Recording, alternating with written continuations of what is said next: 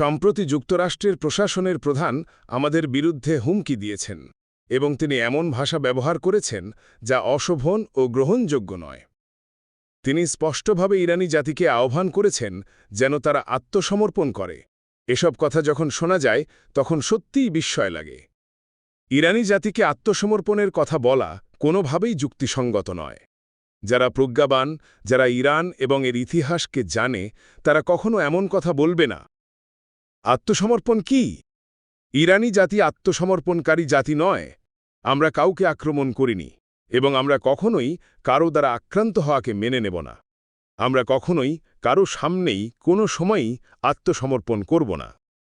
এটাই ইরানি জাতির যুক্তি, এটাই তাদের পথ। আর নিশ্চয়ই আমেরিকানরা যারা এই অঞ্চলের রাজনীতিকে জানে, তারা বোঝে এই বিষয় যুক্তরাষ্ট্রের জড়িত হওয়া তাদের নিজেদের জন্যই ভয়ানক ক্ষতির কারণ হবে। এই অঙ্গনে যারা যত ক্ষতি পাবে তা ইরানের যে কোনো ক্ষতির চেয়ে বেশি হবে। যদি যুক্তরাষ্ট্র এই অঙ্গনে প্রবেশ করে, বিশেষ করে সামরিকভাবে, তবে তাদের ওপর যে আঘাত আসবে তা নিঃসন্দেহে অত্যন্ত গুরুতর হবে।